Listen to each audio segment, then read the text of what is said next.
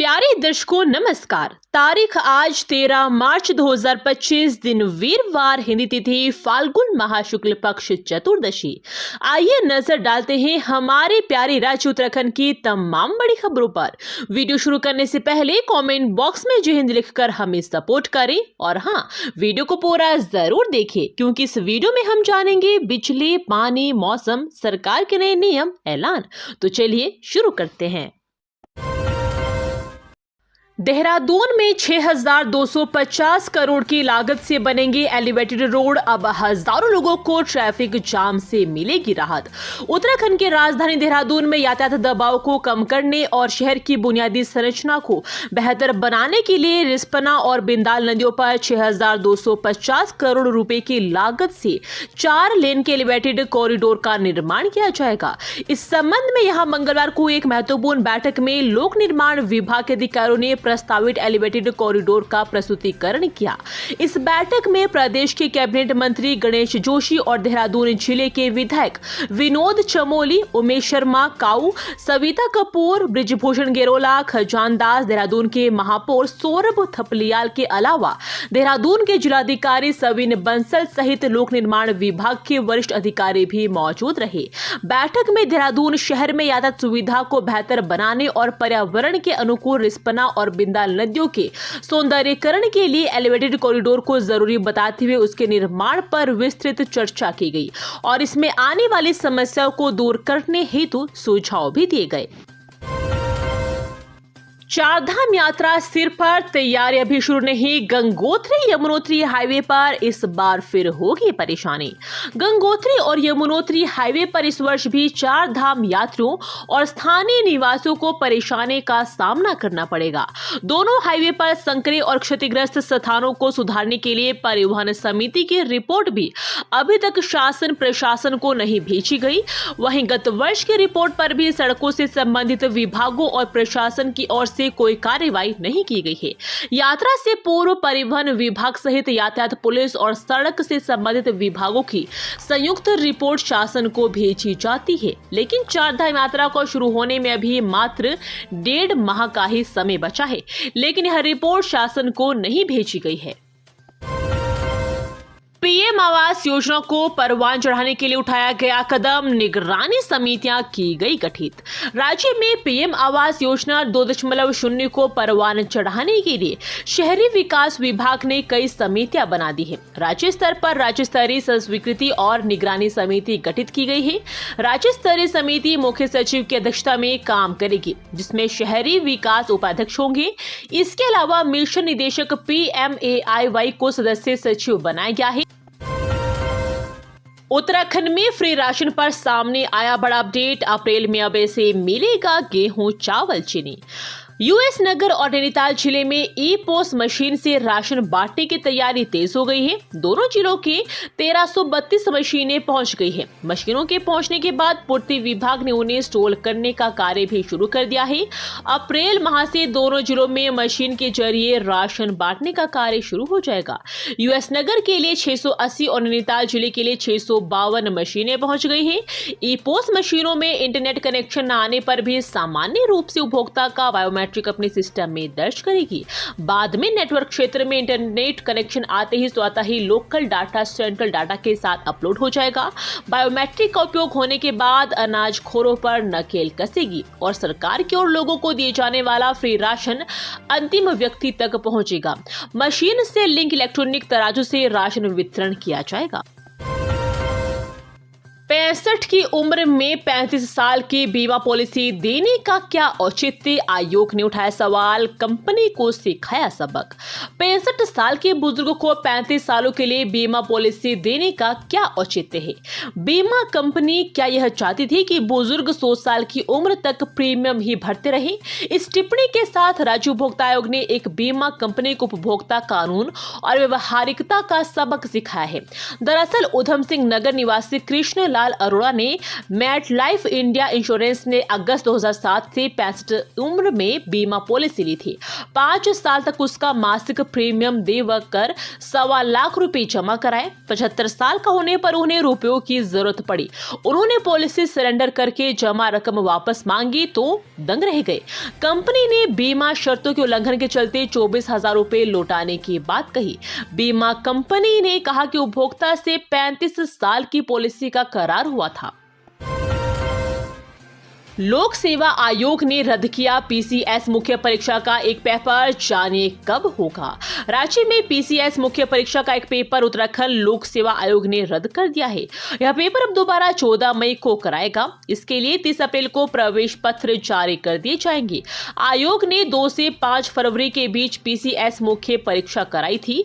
इनमें से तृतीय प्रश्न पर सामान्य अध्ययन 1 का पेपर आयोग ने रद्द कर दिया है। आयोग के सचिव जीएस रावत के मुताबिक अभ्यर्थियों ने बड़े पैमाने पर शिकायत की थी कि पेपर में सिलेबस से बाहर के प्रश्न आए थे। बिल लाओ इनाम पाओ योजना, साल पूरा होने वाला 87,000 उपभोक्ताओं को मेगा ड्रॉ का इंतजार। बिल लाओ इनाम पाओ योजना में 87,000 उपभोक्ताओं को मेगा ड्रॉ निकलने का इंतजार है। योजना को समाप्त हुए 1 साल पूरा होने वाला है, लेकिन अभी तक राज्य कर विभाग मेगा ड्रॉ में दिए जाने वाले पुरस्कारों की खरीद प्रक्रिया पूरी नहीं कर पाया है। अब तीसरी बार टेंडर करने की तैयारी चल रही है। जीएसटी बिल के लिए प्रोत्साहित करने को प्रदेश सरकार ने सितंबर 2022 में बिल लाओ इनाम पाओ योजना शुरू की थी। योजना में उपभोक्ताओं के रुझान को देखते हुए योजना की अवधि को बढ़ाया गया। 31 मार्च 2024 में योजना समाप्त हो गई।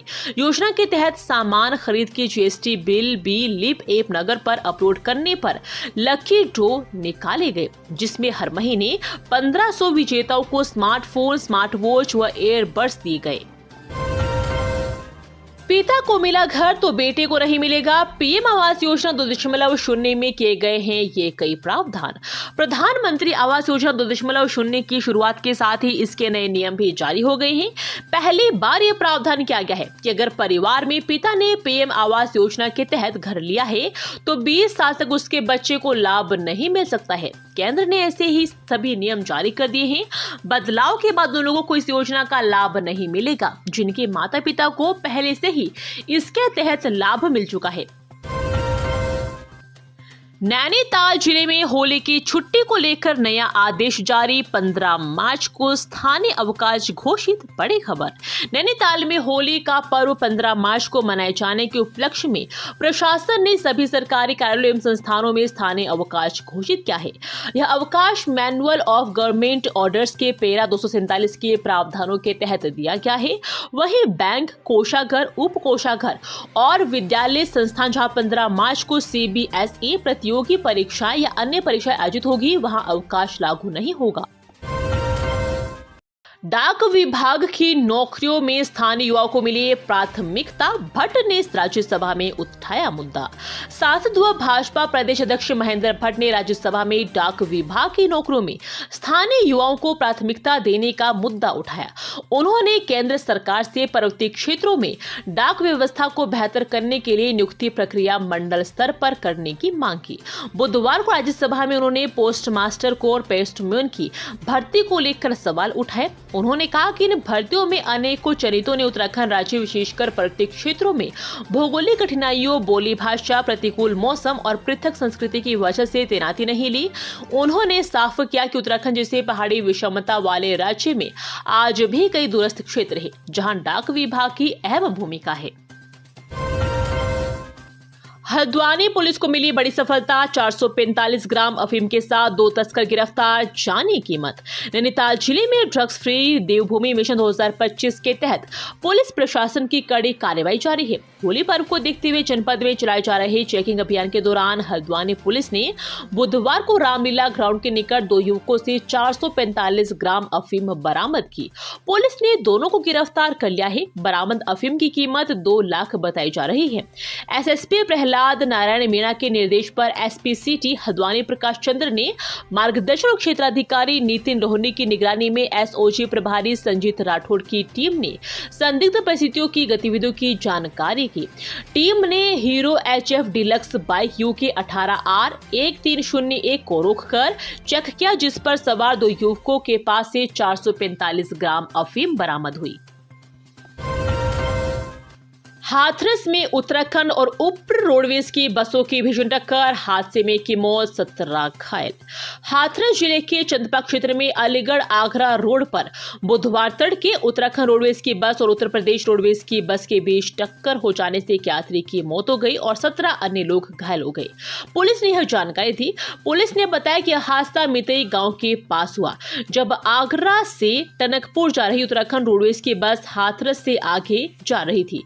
उत्तर प्रदेश की रोडवेज की बस से टकरा गई। अधिकारियों ने बताया कि उत्तर प्रदेश रोडवेज बस के चालक विजय सिंह 52 वर्षीय की मौके पर ही मौत हो गई। वे हाथरस के सादाबाद के टिकट गांव का रहने वाला था। घायलों में उत्तराखंड रोडवेज की बस का चालक यूनिस 47 वर्षीय भी शामिल है, जो उत्तराखंड के अलीनगर का निवासी है। पुलिस अधीक्षक हिमांशु माथुर ने कहा कि यह टक्कर तड़के करीब 3 बजे चंदपा इलाके में हुई। इस दुर्घटना में उत्तर प्रदेश रोडवेज बस के चालक की मौत हो गई, जबकि करीब 1 दर्जन यात्री घायल हो गए। उन्होंने बताया कि सूचना मिलने पर चंदपा पुलिस मौके पर पहुंची और सभी घायल यात्रियों को बाघला जिला अस्पताल पहुंचाया गया। कमरे में सोए थे 5 बच्चे और भाई, उसी कमरे में फंदे पर लटक गई विवाहिता। पुलिस ने बताई खुदकुशी की वजह। हल्द्वानी कोतवाली थाना क्षेत्र के राजपुर चौकी क्षेत्र निवासी एक महिला ने अपने घर में ही फंदा लगाकर जान दी थी। जिस कमरे में उसने फंदा लगाया उसमें उसके 5 छोटे बच्चे भी सो रहे थे और उसका भाई भी। देर रात जब उसका पति और महिला का दूसरा भाई आया तो उस फंदे से लटकती हुई शव देख उनके होश उड़ गए। रात में ही पुलिस को सूचना दी गई और बुधवार को पोस्टमार्टम के बाद शव परिजनों को सौंपा गया। राजपुरा वार्ड नंबर 13 की रहने वाले जगजीवन राम की शादी शांति 35 वर्षीय से हुई थी। उसके 5 बच्चे हैं, सभी छोटे हैं। पुलिस के अनुसार महिला का मंगलवार को अपने पड़ोसियों से किसी बात पर विवाद हो गया था। इस विवाद के बाद महिला ने अचानक से जान देने का निर्णय ले लिया। ये थी आज की फटाफट खबरें। हम मिलेंगे अगले बुलेटिन में, तब तक के लिए धन्यवाद। जय हिंद।